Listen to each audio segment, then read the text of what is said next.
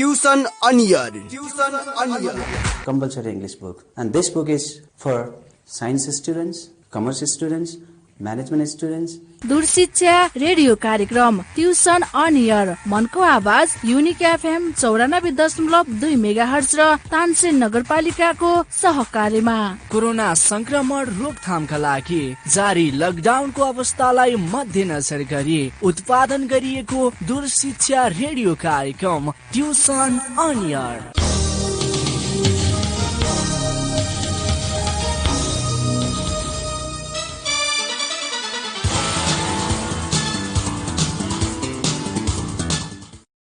नमस्कार, युनिक एफएमबाट प्रसारण भइरहेको ट्युसन अन एयर कार्यक्रममा कक्षा 12 को फिजिक्स विषय लिएर म प्रमोद गेवाली उपस्थित भएको छु।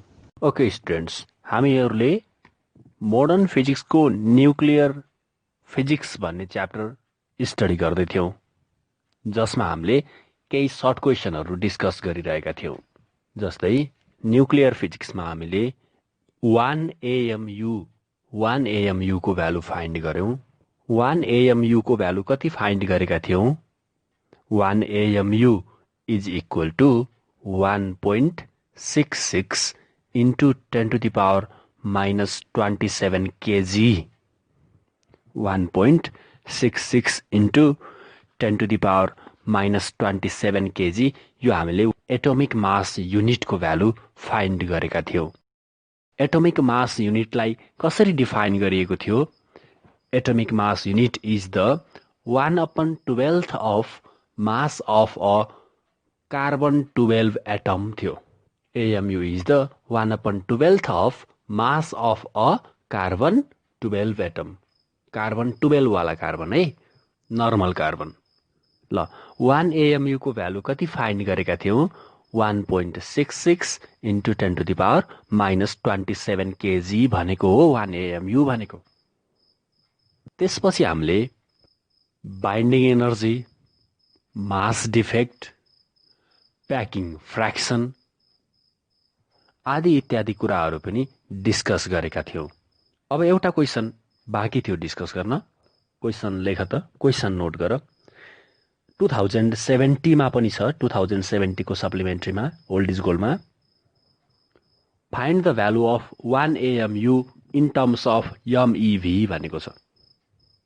मेगा इलेक्ट्रोन भोल्टको टर्ममा भन्न पर्यो अरे 1 AMU लाई। क्वेशन लेख त, express the value of 1 AMU, express the value of 1 AMU in terms of MeV, capital M है, capital M, small e, capital V, mega electron volt भनेको है। MeV भनेको mega electron volt. Electron volt भनेको इनर्जीको unit हो। जुललाई electron भोल्टमा convert गर्न, electron भोल्टलाई जुलमा convert गर्न हामीले पहिल्यै बुझिसकेको हो।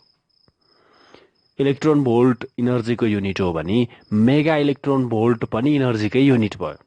तर AMU भनेको मासको युनिट हो। 1.66 into 10 to the power minus 27 kg छ, यो मासको युनिट हो। AMU लाई MeV मा कन्भर्ट गर्न मिल्दैन, तर हामीले एक्सप्रेस गर्न, यसको इक्विभ्यालेन्ट भ्यालु फाइन्ड गर्न त मिल्छ नि।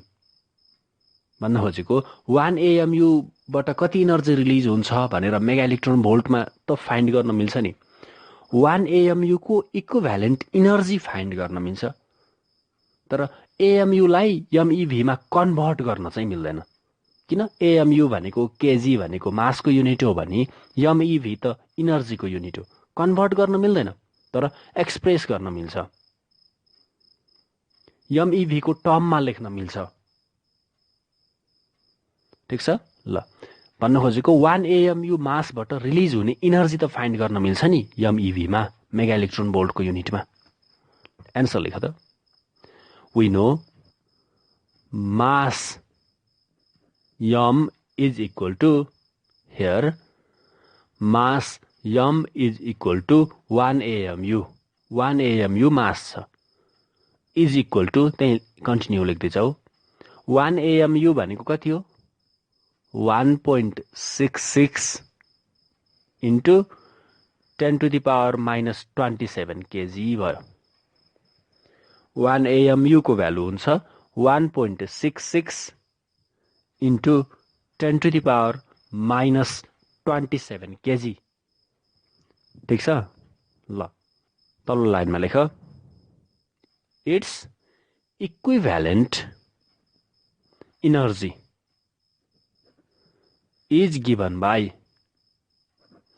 It's equivalent energy is given by भन्न खोजेको यति मासबाट रिलिज हुन सक्ने energy its equivalent energy is given by E equal to capital E है इनर्जीलाई क्यापिटल E ले डिनोट गरेको E is equal to mc square Einstein's mass energy relation होइन र हो नि E is equal to mc square और energy E बराबर कति हुने भयो m को भ्यालु 1.66 इन्टु 10⁻⁻27 त्यही भइहाल्यो 1.66 इन्टु 10⁻⁻27 यो m को भ्यालु भयो इन्टु c स्क्वायर c भनेको स्पिड अफ लाइट 3 इन्टु 10⁸ यसको स्क्वायर गर 3 इन्टु 10⁸ भयो यसको स्क्वायर गर क्याल्कुलेटर हान्नु पर्दैन जति पनि क्याल्कुलेटर हान्दा एन्सर आउँछ यसको युनिट हुन्छ जुल किन भन्दा हामीले सबै SI युनिटमा राखेका छौं मासलाई SI युनिटमा राख्यौं स्पिड अफ लाइट c को भ्यालु पनि SI युनिटमा राख्यौं SI युनिटमा राखेका छौं भने इनर्जी पनि SI युनिटमै आउँछ इनर्जी भयो यति जुल ठीक छ नि अब ध्यान दिए इलेक्ट्रोन भोल्टलाई जुलमा कन्भर्ट गर्नलाई के गर्थ्यौ इलेक्ट्रोन भोल्टलाई जुलमा कन्भर्ट गर्न 1.6 इन्टु 10⁻⁻19 ले मल्टिप्लाई गर्थ्यौ इलेक्ट्रोन भोल्ट जुलमा कन्भर्ट हुन्थ्यो अब हामीले जुललाई इलेक्ट्रोन भोल्टमा कन्भर्ट गर्नु पर्यो भने डिभाइड गर्न पर्यो यतिले है और E इक्वल टु 1.66 इन्टु 10⁻⁻27 माथि जस्ताको तस्तै छ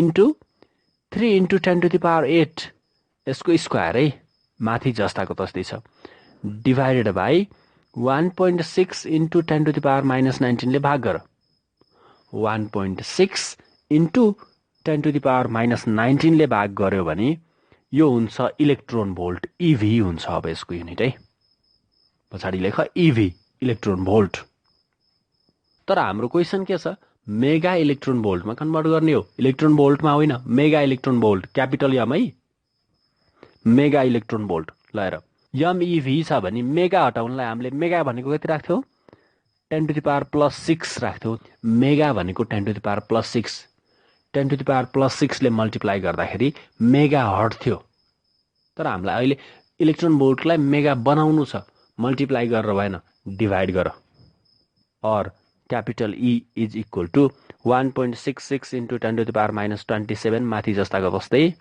इन्टु 3 इन्टु 10⁸ को होल स्क्वायर माथि जस्ताको तस्तै डिभाइडेड बाई 1.6 इन्टु 10⁻⁻19 तलपट्टिबाट भाग गरेको छ र तलैपट्टिबाट 10⁻6 पनि राख्न पर्यो 10⁻6 ले पनि भाग गरियो यति गर्दाखेरि यो कति भयो MeV हुने भयो यो मेगा इलेक्ट्रोन भोल्ट भयो मेगा इलेक्ट्रोन भोल्ट और E इक्वल टु अथवा नियरली इक्वल टु लेख्दा हुन्छ यो सबै क्याल्कुलेटर हान्यो भने 931 आउँछ मेगा इलेक्ट्रोन भोल्ट 931 यो याद गर्ने हो क्याल्कुलेटर हान्नु पर्दैन याद गरे हुन्छ वास्तवमा नि यहाँ क्याल्कुलेटर हान्ने हो भने एक्ज्याक्टली 931 आउँदैन के किन आउँदैन भन्दा जस्तै यहाँ कतिपय भ्यालुहरु हामीले एप्रोक्सिमेट गरेका छौं जस्तै 1 AMU को भ्यालु पनि 1.66 मात्र लेखेको छ त्यो भन्दा पछाडीको डिजिट हामीले कन्सिडर गरेका छैनौं त्यस्तै स्पिड अफ लाइट पनि त का 3 इन्टु 10⁸ हो र होइन नि 2.9975245 इन्टु 10⁸ पो हो त हामीले त्यसलाई राउन्ड फिगरमा 3 इन्टु 10⁸ लेखे हो नि त बुझेको छ है त्यही भएर हाम्रो यो एक्ज्याक्टली 931 आउँदैन क्याल्कुलेटर हान्यो भने हो यसैको आसपासमा चाहिँ आउँछ नि आउँदा फेरि तर यो 931 MeV छ जुन 1 AMU बाट कति इनर्जी रिलिज हुन्छ 931 mega electron volt energy release हुन्छ। यो जानिराख्नु पर्छ के हिसाब गर्न सजिलो हुन्छ न्युमेरिकलहरुलाई सजिलो हुन्छ। त्यही भएर यो भ्यालु याद गर 1 AMU को इक्विभ्यालेन्ट इनर्जी हो 931 मेगा इलेक्ट्रोन भोल्ट। भ्यालु राख सबै क्याल्कुलेटर हान्ने ठाउँमा क्याल्कुलेटर नहान सिधै लेखन 931 हुन्छ। याद गर्ने यति भ्यालु किन भन्दा न्युमेरिकलमा हामीलाई एकदमै सजिलो हुन्छ यो भ्यालु जानेपछि। 1 AMU को इक्विभ्यालेन्ट इनर्जी कति हो 931 मेगा इलेक्ट्रोन भोल्ट। ओके ल जस्तै एउटा क्वेशन लेख त how much energy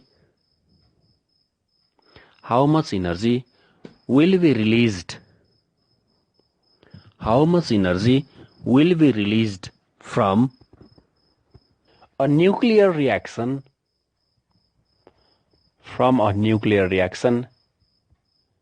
having mass difference 0.3 AMU having mass difference 0.3 AMU यस्तो खालको क्वेशन भयो ल 0.3 AMU बाट कति इनर्जी रिलिज हुन्छ भनेर सोध्यो क्वेशन हो यति ल। अब हामीलाई के थाहा छ अब 0.3 AMU भनेको कति केजी हो 0.3 into 1.66 into 10 to the power minus 27 kg भयो 0.3 AMU भनेको। अनि इनर्जी कति निस्किन्छ E equal to mc square एमाउन्टको इनर्जी निस्किन्छ। हिसाब किताब गरेर एन्सर निकाल्छौं। तर अब हामीले यस्तो लामो गर्नु पर्दैन हेर किन भन्दा 1 AMU मासबाट 931 mega electron volt energy release हुन्छ यो त थाहा छ नि। त्यसैले हामीले यसलाई डाइरेक्ट युज गर्छौं। एन्सर के हुन्छ त The energy released from 0.3 AMU mass is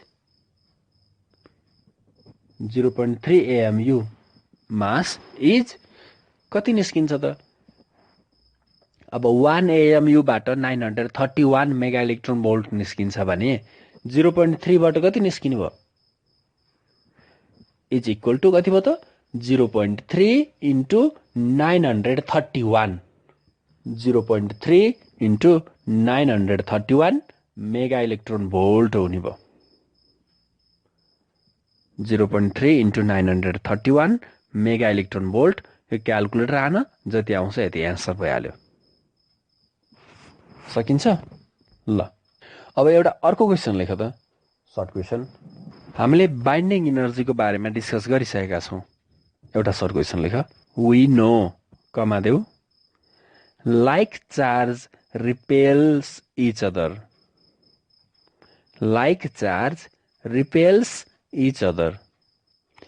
then how is it possible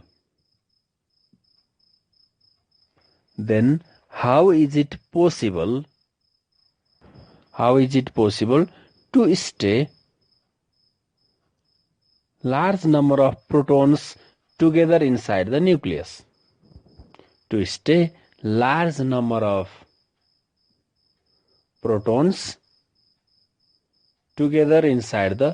nucleus nucleus भित्र प्रोटोनहरु एकै ठाउँमा एक्जिस्ट गर्न कसरी पोसिबल भयो त लाइक चार्ज त रिपेल गर्छ प्रोटोन पोजिटिभली चार्ज्ड पार्टिकल हुन् भने न्यूक्लियस भित्र प्रोटोनहरु कसरी एक्जिस्ट गरे बाइन्डिङ इनर्जीको कारणले के कारणले बाइन्डिङ इनर्जीको कारणले केही मास डिसेपियर भएर इनर्जीको फर्ममा गएको छ त्यो इनर्जीलाई बाइन्डिङ इनर्जी भनिएको छ। त्यही बाइन्डिङ इनर्जीको कारणले न्यूक्लियस भित्र प्रोटोन्स र न्यूट्रोन्सहरुलाई बाइन्ड गरेर राखेको छ। हामीले डिस्कस गरिसकेको क्वेशन जस्तो लाग्छ। सकिन्छ ल बाइन्डिङ इनर्जीको कारणले है ओके ल। यसपछि सर्ट क्वेशनको लागि पनि एकदमै राम्रो क्वेशन न्यूक्लियर रिएक्सन पढ्छौं। हेडिङ लेख न्यूक्लियर रियाक्सन, यो पनि नाम सुन्दा सुन्दै क्लियर हुन्छ हेर। न्युक्लियर रियाक्सन, न्युक्लियर भनेर न्युक्लियसलाई इन्डिकेट गरेको हो। न्युक्लियसमा हुने रियाक्सन भन्ने जस्तो लाग्छ। के हो त यो न्युक्लियर रियाक्सन भनेको? न्युक्लियस कुनै केमिकल त होइन जस्तो लाग्ला, फेरि केमिस्ट्रीतिर जाला दिमाग। न्युक्लियर रियाक्सन भनेको यस्तो रियाक्सन जसमा न्युक्लियसको स्ट्रक्चर चेन्ज हुन्छ भने त्यस्तो रियाक्सन न्युक्लियर रियाक्सन हो। The reaction in which structure of nucleus changes it's called nuclear reaction. यस्तो रियाक्सन जसमा न्युक्लियसको स्ट्रक्चर चेन्ज हुन्छ त्यो न्युक्लियर रियाक्सन हो। बुझेको छ? ल, केमिकल रियाक्सन होइन है, न्युक्लियर रियाक्सनको कुरा गर्दैछौँ। यस्तो रियाक्सन जसमा न्युक्लियसको स्ट्रक्चर चेन्ज हुन्छ त्यस्तो रियाक्सनलाई न्युक्लियर रियाक्सन भनिन्छ। यी न्युक्लियर रियाक्सनहरू इरिभर्सिबल नै हुन्छन् है। केमिकल रियाक्सनहरू त रिभर्सिबल पनि हुन्छन् नि, होइन? न्युक्लियर रियाक्सन भनेको अहिले हामीले पढ्दै गरेको the reaction in which structure of nucleus changed, जसमा न्युक्लियसको स्ट्रक्चर चेन्ज हुन्छ। न्युक्लियस ठुलो हुनसक्छ, सानो हुनसक्छ, अर्कै पार्टिकल क्रिएट हुन्छ, अर्कै पार्टिकलको अर्कै एलिमेन्टको न्युक्लियस फर्मेसन हुन्छ भनी त्यसलाई हामीले न्युक्लियर रियाक्सन भनिन्छ। यो दुई किसिमको हुन्छ। फर्स्टमा लेख nuclear fission, FISSION, fission. Fission भनेको टुक्रिने भनेको है, ब्राकेटमा लेख्दा हुन्छ बुझ्नको लागि। टुक्रिने भनेको फिसन भनेको। अनि सेकेन्ड नम्बरमा nuclear fusion, FUSION, fusion. Fusion भनेको कम्बाइन हुने, जोडिने, फ्युज हुने भनेको के, कम्बाइन हुने भनेको। यसरी दुई किसिमका हुन्छन् न्युक्लियर रियाक्सन, न्युक्लियर फिसन र न्युक्लियर फ्युजन। फिसन र फ्युजन पनि नामबाट क्लियर छ। फिसन भनेको टुक्रिने, ध्यान दिने है। फिसन भनेको हेभी न्युक्लियस टुक्रेर सानो सानो न्युक्लियसमा बाँडिन्छ भने त्यो फिसन भयो, न्युक्लियर फिसन भयो। तर किन टुक्रिने हेभी न्युक्लियस? हेभी अनस्टेबल भयो भने टुक्रिने हो बल्ल। ध्यान दिनु है, हेभी न्युक्लियस भनेको मास नम्बर धेरै भएको न्युक्लियसहरू जसमा प्रोटोन र न्युट्रोनको संख्या न्युक्लियसभित्र धेरै हुन्छ, बाइन्डिङ इनर्जी पर न्युक्लियन कम हुन्छ यस्ताको, अनि यिनीहरू अनस्टेबल हुन्छन्। के हेभी न्युक्लियसहरू प्राय जसो अनस्टेबल छन्। हेर, मास नम्बर 200 भन्दा माथि लागिसकेपछि जति पनि न्युक्लियसहरू छन् यिनीहरू धेरै जसो अनस्टेबल छन्। किन भन्दा बाइन्डिङ इनर्जी पर न्युक्लियन कम हुन्छ यिनीहरूको। एउटा सर्ट क्वेसन लेख त। Why most of the nucleus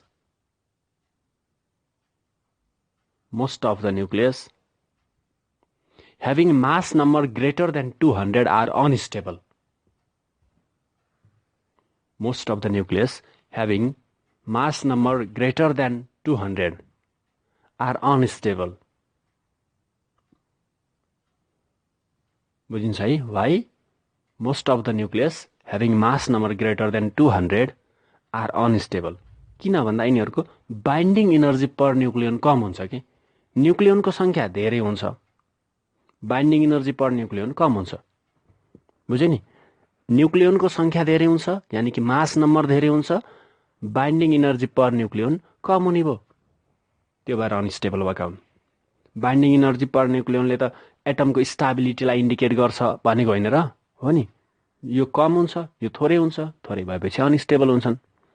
ल, हामी न्युक्लियर फिसनमा छौँ है, ध्यान दिउ त। न्युक्लियर फिसन भनेको हेभी अनस्टेबल न्युक्लियस टुक्रिने हो। के टुक्रिने भनेपछि एउटामै टुक्रिने, एउटा थियो टुक्रेर एउटै भयो त हुँदैन क्यारे। हेभी अनस्टेबल न्युक्लियस दुई वा दुईभन्दा धेरै पार्ट्समा टुक्रिन्छ भने त्यो न्युक्लियर फिसन हो। सुन त, the process of splitting, fission भनेको स्प्लिट हुने, टुक्रिने होइन। The process of splitting of a heavy unstable nucleus, heavy unstable nucleus into 2 or more lighter nuclei, 2 or more lighter nuclei of comparable size है, यिनीहरू लगभग लगभग split हुँदा comparable साइजमै split हुन्छन्, एउटा सानो एउटा ठुलो भन्ने होइन। With the release of energy पनि रिलिज हुन्छ है। The process of splitting of heavy unstable nucleus into 2 or more lighter nuclei with the release of energy is called nuclear fission. Such reaction is called nuclear fission reaction. The energy released during the nuclear fission reaction is called fission energy. बुझेको छ ल। Fission भनेको टुक्रिने भनेर सम्झे त भइहाल्यो नि है। The process of splitting of heavy unstable nucleus into 2 or more lighter nuclei with the release of energy. Energy पनि रिलिज हुन्छ, त्यो इनर्जीलाई फिसन इनर्जी भनिन्छ। यस्तो रियाक्सनलाई fission reaction, nuclear fission reaction भनिन्छ। एप्लिकेशन्स पनि सोध्न सक्छ। एप्लिकेशन्स अफ न्युक्लियर फिसन, यिनीहरू एटम बममा युज हुन्छ, न्युक्लियर रियाक्टरमा युज हुन्छ। एटम बममा युज हुन्छ, न्युक्लियर रियाक्टरमा युज हुन्छ। न्युक्लियर रियाक्टरमा हामीले न्युक्लियर फिसन रियाक्सन गराएर हामीले इनर्जी प्रोड्युस गर्छौँ, बिजुली निकाल्न ओर्न प्रयोग हुन्छ न्युक्लियर रियाक्टर। अब जहाँ हाइड्रो इलेक्ट्रिसिटी पोसिबल हुँदैन त्यस्ता कन्ट्रीहरूमा यो धेरै युज पनि छ है। एप्लिकेशन्स पनि सोध्न सक्छ। ध्यान दियो है। अनि अर्को एक्जाम्पल, अब एक्जाम्पल हेर, न्युक्लियर फिसनको एक्जाम्पल नोट गर त। एक्जाम्पल जस्तै हेभी अनस्टेबल न्युक्लियाई टुक्रिने हो नि। हेभी अनस्टेबल हो युरानियमलाई लिगम, युरानियम 235। युरानियम टाउकामा माथिपट्टि 235 लेख, यो मास नम्बर हो युरानियमको, यानि कि प्रोटोन र न्युट्रोनको संख्या हो। तलपट्टि लेख 92, यो एटोमिक नम्बर हो, नम्बर अफ प्रोटोन्स हो। ठिक छ, 92 235 यो युरानियम है। यो युरानियमलाई स्लो मुभिङ न्युट्रनले स्ट्राइक गराइयो भने न्युट्रनलाई यन लेख, प्लस यन भयो। एटोमिक नम्बर 0, मास नम्बर 1, 0 यन 1 भयो कि 0लाई पुच्छरमा लेख, 1लाई माथि टपमा लेख। यसरी हामीले युरानियम 235लाई एउटा स्लो मुभिङ न्युट्रन है। यो न्युट्रन कस्तो हो? स्लो मुभिङ न्युट्रन हो। स्लो मुभिङ न्युट्रनले स्ट्राइक गरायौँ भने पहिले त यो न्युट्रनलाई युरानियमले एब्जर्भ गर्छ। एब्जर्भ गरेर कति हुन्छ? युरानियम 235 + 1, 235 युरानियमको भयो, +1 न्युट्रनको भयो, 236 हुन्छ। तलपट्टि 92 र 0 92 नै हुन्छ। 92 236 युरानियम बन्छ। यो युरानियमको अर्को आइसोटप बन्यो। यसको माथि टाउकामा स्टार लगाउँदा हुन्छ। यसको मिनिङ हुन्छ यो अनस्टेबल हो भन्ने। यसरी एब्जर्भ गरेर युरानियम 236 बन्छ, जुन अनस्टेबल युरानियम हो। अनस्टेबल भएपछि स्प्लिट हुन्छ, यो टुक्रिन्छ। टुक्रिँदा बेरियम र क्रिप्टनमा टुक्रिन्छ। बेरियम प्लस क्रिप्टन प्लस 3वटा फेरि न्युट्रन रिलिज हुन्छ, प्लस इनर्जी पनि रिलिज हुन्छ, क्यू। इनर्जीलाई क्यूले जनाइएको छ। क्यूले इनर्जीलाई इन्डिकेट गर्छ है। यो इक्जाम्पल भयो। अब स्लो मुभिङ न्युट्रन नै किन चाहिन्छ त भन्ने फेरि क्वेसन सोध्न सक्छ। हेर, ध्यान देऊ त। युरानियमलाई स्लो मुभिङ न्युट्रनले स्ट्राइक गराउँदा पहिले त न्युट्रन एब्जर्भ भयो, अनि युरानियम अनस्टेबल भयो। अनस्टेबल भएपछि स्प्लिट भयो, टुक्रियो। यदि फास्ट मुभिङ न्युट्रन हुन्थ्यो भने युरानियमलाई स्ट्राइक गराउँदा युरानियमले एब्जर्भ गर्नै सक्थेन। एब्जर्भ गर्थेन भने अनस्टेबल हुन्थेन, अनस्टेबल हुन्थेन भने स्प्लिट हुन्थेन। बुझेको छ नि? स्लो मुभिङ न्युट्रन किन चाहिन्छ भन्दा युरानियमले एब्जर्भ गर्न सक्दैन फास्ट मुभिङ न्युट्रन भयो भने। वाइ? क्वेसन लेख। Why fast moving neutron cannot initiate the nuclear fission reaction. Why? Fast moving neutron cannot initiate the fission reaction. अर्को क्वेसन लेख एउटा। Why Why? Slow moving neutron is used to initiate the nuclear fission reaction. Why? Slow moving neutron is used to initiate the nuclear fission reaction. अर्को एउटा question लेख। बुझेको छ नि? Slow moving न्युट्रनलाई युरानियमले एब्जर्भ गर्न सक्छ र अनस्टेबल भएर स्प्लिट हुन्छ। स्लो मुभिङ न्युट्रन युज गरिन्छ। फास्ट मुभिङ न्युट्रनलाई युरानियमले एब्जर्भ गर्न सक्दैन, त्यो भएर फास्ट मुभिङ न्युट्रनले न्युक्लियर फिसन रियाक्सनलाई इनिसिएट गर्न सक्दैन, सुरु गराउन सक्दैन। Slow moving neutron can be absorbed by uranium-235 and it becomes unstable. So it splits into barium and krypton. That's why slow moving neutron is used to initiate the nuclear fission reaction. But possibility of absorption of fast moving neutron by uranium nucleus is low. युरानियमको न्युक्लियसले न्युट्रोनलाई absorb गर्ने possibility कम हुन्छ। So fast moving neutron cannot initiate the nuclear fission reaction. अर्को एउटा question लेख। Why यो एक्जाममा आएको छ 2068 मा है, ओल्ड इज गोल्डमा 2068 मा छ। क्वेसन लेख। Why are the neutrons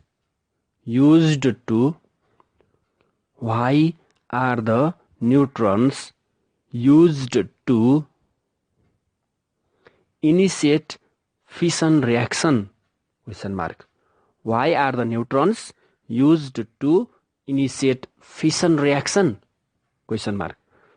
Fission reaction लाई इनिशिएट गर्नको लागि, सुरु गर्नको लागि, स्टार्ट गराउनको लागि न्युट्रनलाई किन युज गरिन्छ? अनि भर्खर लेख्यो स्लो मुभिङ न्युट्रन नै किन, फास्ट मुभिङ न्युट्रनले किन हुँदैन भन्ने क्वेसन लेख्यो। अब क्वेसन छ न्युट्रन नै किन चाहिन्छ भन्ने छ फेरि।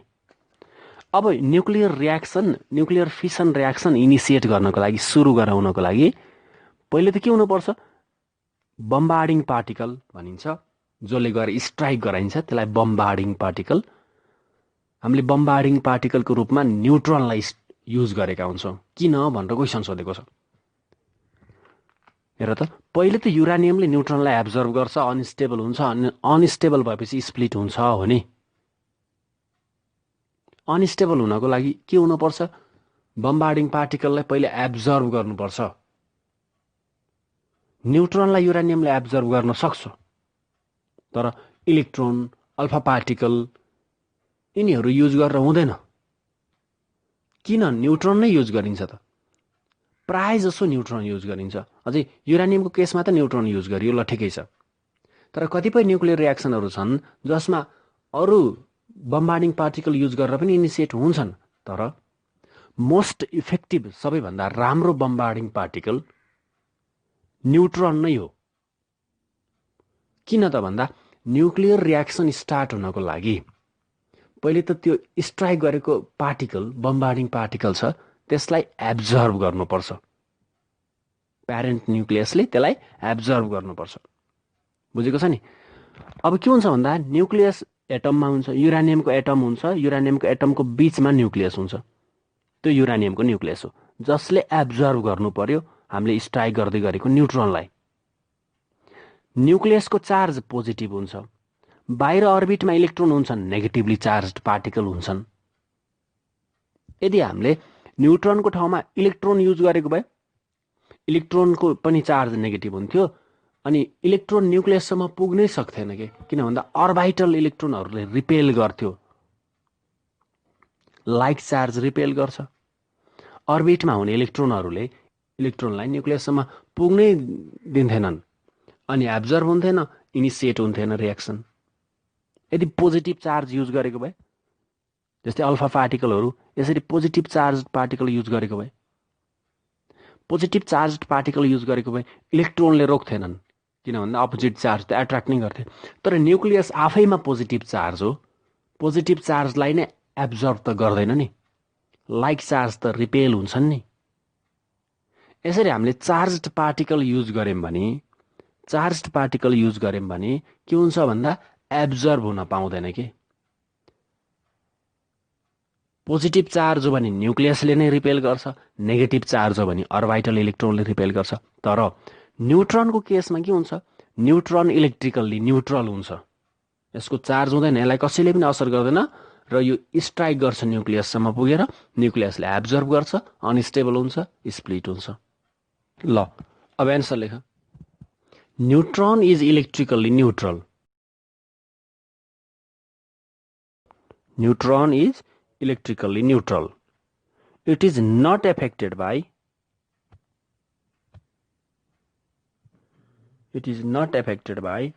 applied field. It is not affected by applied field and charge of orbital electrons and charge of nucleus. Charge of orbital electron and charge of nucleus of atom. So, it can be absorbed by unstable nucleus. But charged particles like electrons, protons, alpha particles, are affected by charge of orbital electron and charge of nucleus.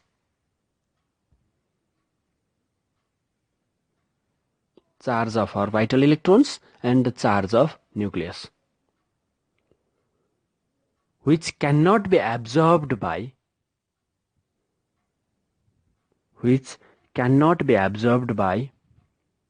parent nucleus, which cannot be absorbed by parent nucleus to initiate the reaction. Which cannot be absorbed by parent nucleus to initiate the reaction. Hence, the question lai jodo.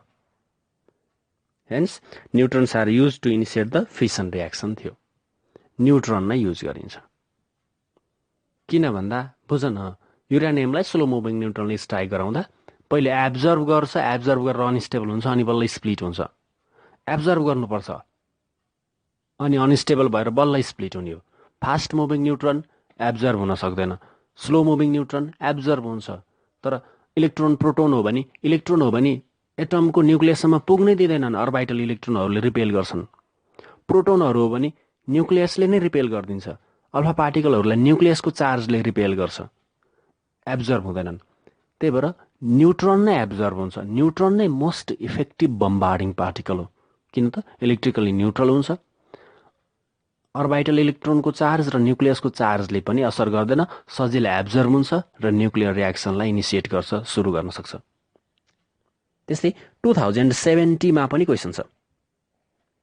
Question यस्तो छ, why is a neutron considered the most effective bombarding particle in nuclear reaction भनेको छ।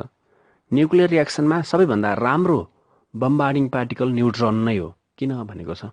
Same answer भयो है।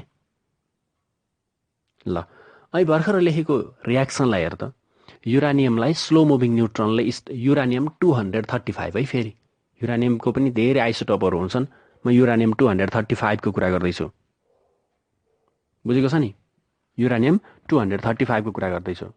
युरानियम 235 लाई slow moving न्युट्रनले strike गर्दा slow moving neutron पहिले त एब्जर्भ हुन्छ, एब्जर्भ भएर युरानियम अनस्टेबल हुन्छ, अनस्टेबल भएपछि स्प्लिट हुन्छ बल्ल। स्प्लिट भयो केमा, बेरियम, क्रिप्टन अनि तीनवटा फेरि एक्सेस न्युट्रोनहरू निस्के, प्लस इनर्जी निस्क्यो जसलाई हामीले क्यापिटल क्यूले डिनोट गरेका छौँ। क्यापिटल क्यू इनर्जी रिलिजलाई कसले डिनोट गर्यौँ, क्यापिटल क्यूले। तर यहाँ हामीले युज गरेको युरानियम 235 हो, बुझेको छ नि है। युरानियम 235 हो। अब यो रियाक्सनबाट के थाहा भयो, युरानियम 235 लाई स्लो मुभिङ न्युट्रनले स्ट्राइक गर्यो भने त यो त स्प्लिट भइहाल्छ, बुझिन्छ है। पडाङ पुडुङ पड्किहाल्छ, इनर्जी रिलिज भइहाल्छ। यो इनर्जी रिलिज जसलाई हामीले क्यूले डिनोट गरेका छौँ, यो लगभग 200 मेगा इलेक्ट्रोन भोल्ट हुन्छ। 200 मेगा इलेक्ट्रोन भोल्ट, त्यो पनि एउटा युरानियमको एटमबाट, एउटा युरानियमको न्युक्लियसबाट। त्यति धेरै इनर्जी रिलिज हुन्छ। सिंगल युरानियमको एटमबाट, सिंगल युरानियमको न्युक्लियसबाट 200 मेगा इलेक्ट्रोन भोल्ट जति इनर्जी रिलिज हुन्छ।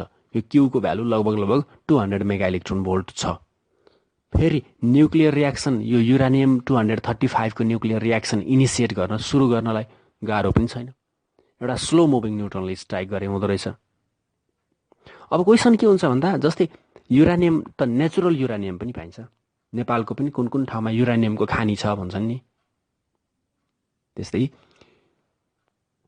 युरानियम, नेचुरल युरानियम, युरानियमको पहाड, युरानियम पाइने पहाड भनौँ, जसमा युरानियम हुन्छ, थोरै धेरै होला, र इन्भाइरोमेन्टमा स्लो मुभिङ न्युट्रोनहरू पनि भेटिन्छन्। यिनीहरू स्ट्राइक गर्छन्, क्याप्चर भएर एक्सप्लोड हुनुपर्ने नि त, पुरै पहाडै एक्सप्लोड हुनुपर्ने नि, किन हुँदैन त? एउटा क्वेसन लेख, इक्जाममा पनि छ होला कतै। Why mountain of uranium does not explode? Why mountain of uranium does not explode? Why mountain of uranium does not explode naturally? 2067 मा रहेछ क्वेसन। 2067 मा यस्तो भनेको छ, why does a mountain of uranium not explode as a bomb? युरानियमको पहाड bomb जस्तै किन पड्किन्न? एउटै कुरा हो है, भर्खर लेखेको र यो एउटै कुरा 2067 मा रहेछ। युरानियम 235 लाई स्लो मुभिङ न्युट्रोनले एब्जर्भ गर्यो, स्ट्राइक गर्यो भने एक्सप्लोड हुन्छ। तर जुन हामीले नेचुरल युरानियम हुन्छ, युरानियमको माउन्टेन हुन्छ, यो 238 हो। युरानियम 238 हो, बुझेको छ? जुन कम्पेरिटिभली मोर स्टेबल हुन्छ, 235 भन्दा स्टेबल हो। त्यो भएर युरानियम 238 एक्सप्लोड हुँदैन slow moving न्युट्रोनले।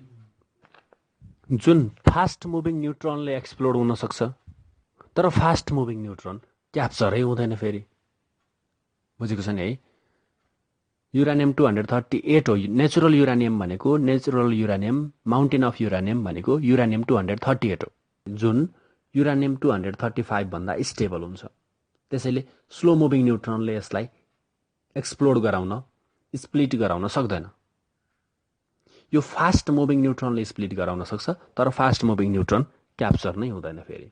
युरानियम 200, natural uranium is the uranium 238,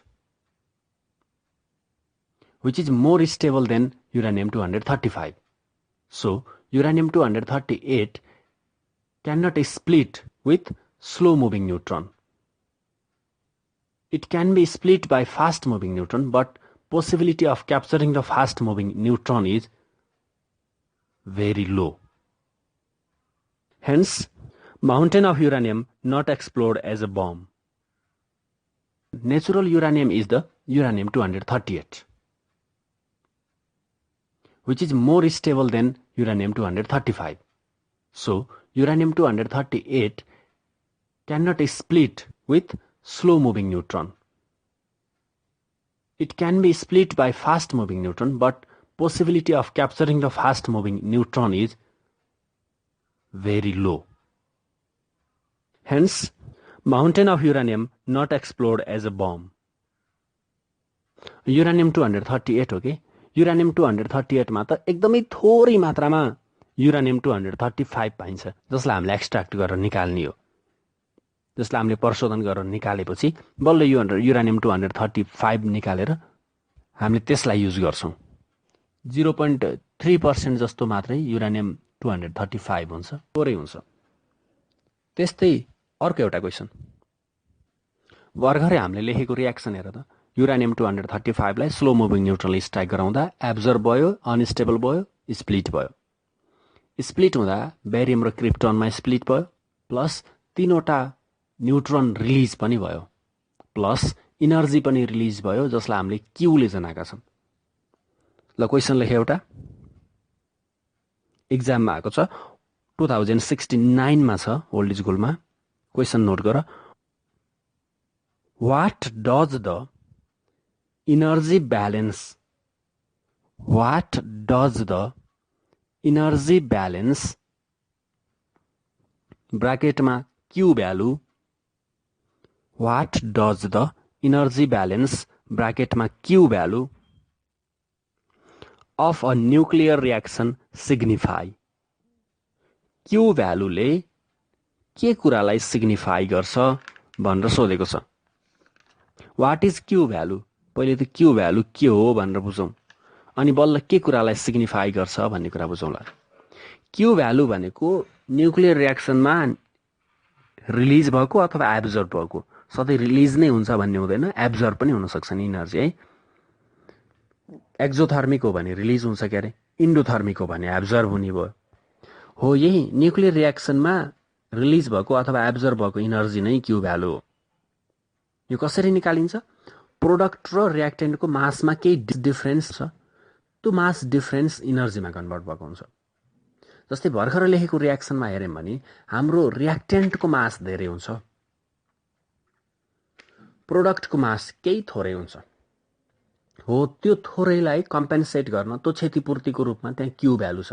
जति मास कम छ त्यसैको ठ्याक्कै इक्विभ्यालेन्ट इनर्जी क्यूको रूपमा देखिएको छ। क्यू भ्यालु भनेको के हो त, energy difference of nuclear reaction नै हो। What is Q value, energy difference of nuclear reaction is called Q value. Energy difference of nuclear reaction is called Q value. The Q value of nuclear reaction signifies that, यो सोधेको छ नि है, के signify गर्छ त? The Q value of nuclear reaction signifies that whether the reaction is endothermic or exothermic. Whether the reaction is endothermic or exothermic. Also it signifies amount of energy absorbed or released. Amount of energy absorbed or released during the nuclear reaction. During the nuclear reaction. Q value ले के भन्छ, Q value positive हो भने यो exothermic reaction हो, energy release भयो भन्ने जनाउँछ। Q भ्यालु नेगेटिभ भयो भने यो इन्डोथर्मिक न्युक्लियर रियाक्सन हो, इनर्जी रिक्वायर्ड भएको थियो, चाहिन्छ न्युक्लियर रियाक्सन इनिसिएट गर्नलाई भनेर बुझ्न पर्यो। अनि Q भ्यालु धेरै छ भने धेरै इनर्जी, थोरै छ भने थोरै इनर्जी, एमाउन्ट अफ इनर्जीलाई पनि रिप्रेजेन्ट गर्छ। फुल स्टप पछि लेख्न सक्छौ, if Q value is positive, if Q value is positive, then the reaction is exothermic. If the Q value is positive, then the reaction is exothermic. If it is negative, then the reaction is endothermic. बुझिन्छ? ल हामीले nuclear रियाक्सनमा nuclear फिसनसम्म पढ्यौं। अब nuclear फ्युजनको कुरा गरौँ। Nuclear fusion reaction. Nuclear reaction दुई किसिमका थिए, nuclear fission र न्युक्लियर फ्युजन। न्युक्लियर फिसन पढ्यौं, अब न्युक्लियर फ्युजनको बारेमा कुरा गरौँ। फ्युजन भनेको ससाना न्युक्लियसहरू कम्बाइन हुनेलाई फ्युजन भनेको। बुझ है? फ्युजनको डेफिनेसन के हुन सक्छ त? The process of combining two or more lighter nuclei to form a heavy stable nucleus with the release of energy. Energy release हुन्छ। यो रिलिज भएको इनर्जीलाई फ्युजन इनर्जी भनिन्छ। यस्तो रियाक्सनलाई न्युक्लियर फ्युजन भनिन्छ। न्युक्लियर फ्युजन रियाक्सनलाई थर्मल रियाक्सन पनि भनिन्छ, किन भन्दा एकदमै धेरै हिट रिक्वायर्ड हुन्छ यो रियाक्सन इनिसिएट गर्नको लागि, धेरै टेम्परेचर चाहिन्छ। जस्तै सनहरूमा यस्तै रियाक्सन हुन्छ। न्युक्लियर फ्युजन रियाक्सनबाट सनहरूले स्टारहरूले इनर्जी रिलिज गर्छन्। यसको युज कहाँ छ एक्जाम्पल देऊ भनेर सोध्यो भने अघि हामीले लेख्यौं एटम बममा न्युक्लियर रियाक्टरहरूमा युज हुन्छ भनेर न्युक्लियर फिसनलाई। फ्युजन कहाँ युज छ त? फ्युजन युज हुन्छ star release the energy by nuclear fusion reaction. Star release the energy by nuclear fusion reaction. अर्को हाइड्रोजन बमहरूमा पनि युज हुन्छ है। हाइड्रोजन बमहरू पनि यही न्युक्लियर फ्युजन रियाक्सन हो। ठिक छ, हामीले यसको पनि दुईवटा कहाँ युज भएको छ भनेर लेखियो। अनि यसको एक्जाम्पलमा त्यही हाइड्रोजनको आइसोटोपहरू प्रोटोनहरू कम्बाइन भएर हिलियम फर्मेसन भएको र साथमा इनर्जी र रेडिएसन इमिट भएको रियाक्सन त्यो याद गर्नु। याद पनि के गर्नु पर्यो, एउटा रियाक्सन जान्न पर्यो एक्जाम्पलमा। र यसको इनर्जी रिलिज पनि क्याल्कुलेट गऱ्यो भने लगभग अब रियाक्सन अनुसार फरक छ। 17, 18, 20, 22, 23 mega electron volt energy release हुन्छ एउटा सिंगल रियाक्सनबाट।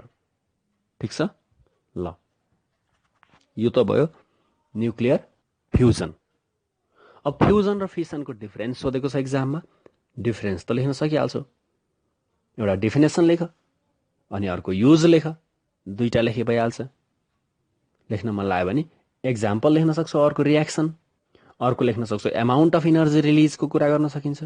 ल यस्तै गरी दुईटा तीनटा डिफरेन्स लेखे पुग्छ।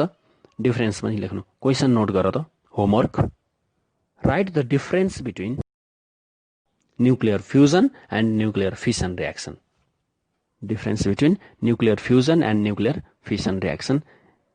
ल अगाडि पनि भनेका सर्ट क्वेसनहरूको जुन मैले तिमीहरूलाई होमवर्क भनेको छु अगाडि, तिनीहरूको पनि एन्सर लेख्नु। के कन्फ्युजन भयो भने नेक्स्ट टाइम डिस्कस गरौँला। Thank you.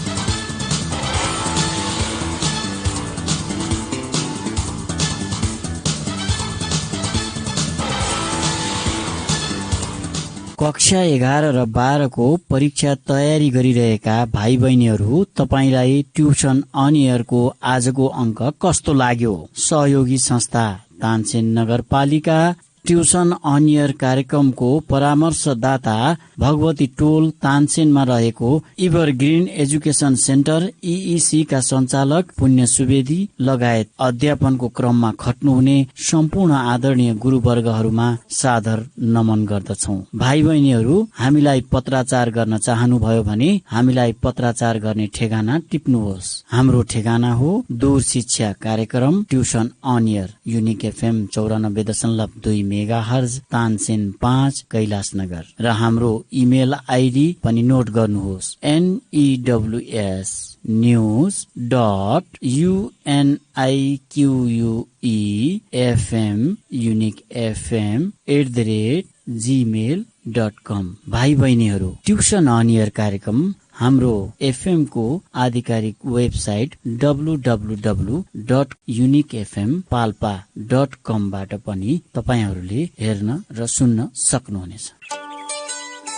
Tuition on Air.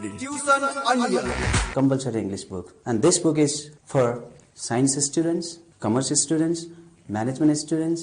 दूरशिक्षा radio कार्यक्रम ट्युसन अन एयर मनको आवाज युनिक FM 94.2 मेगाहर्ज र तानसेन नगरपालिकाको सहकार्यमा कोरोना संक्रमण रोकथामका लागि जारी लकडाउनको अवस्थालाई मध्यनजर गरी उत्पादन गरिएको दूरशिक्षा रेडियो कार्यक्रम ट्युसन अन एयर